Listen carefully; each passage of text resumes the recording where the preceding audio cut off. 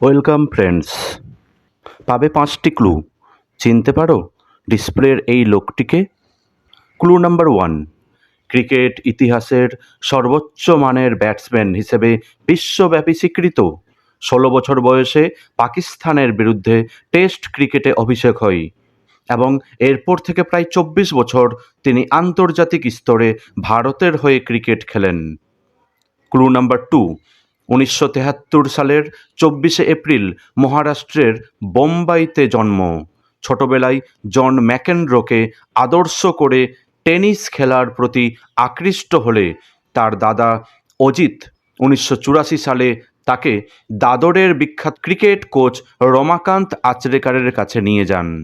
Clue number 3, 1988 খ্রিস্টাব্দে তার বন্ধু বিনোদ কাম্বলির সঙ্গে লর্ড হ্যারিস শিল্ড আন্তঃস্কুল প্রতিযোগিতায় সেন্ট জেভিয়ার্স হাই স্কুলের বিরুদ্ধে 664 রানের রেকর্ড পার্টনারশিপ করেন।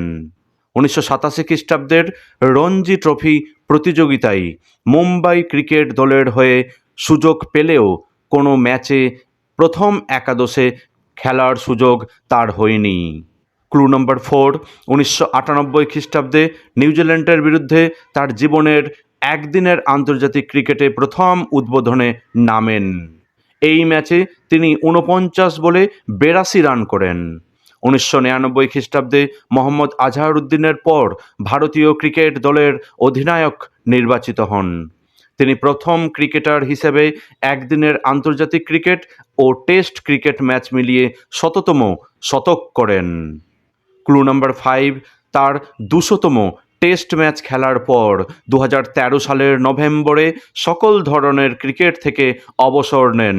তিনি 1998 সালে ভারতের খেলাধুলার সর্বোচ্চ পুরস্কার রাজীব গান্ধী খেলরত্ন পুরস্কার, 1999 সালে পদ্মশ্রী, 2008 সালে পদ্মভূষণ পুরস্কার পান। 2012 খ্রিস্টাব্দে তিনি রাজ্যসভার সদস্য মনোনীত হন। 2014 সালে তিনি ভারতের সর্বোচ্চ বেসামরিক সম্মান ভারতরত্ন প্রাপ্ত প্রথম ক্রীড়াবিদ হন।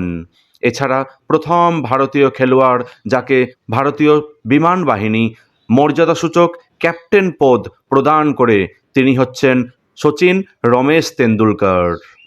এই ধরনের ভিডিও পেতে আজই চ্যানেলটি সাবস্ক্রাইব করুন।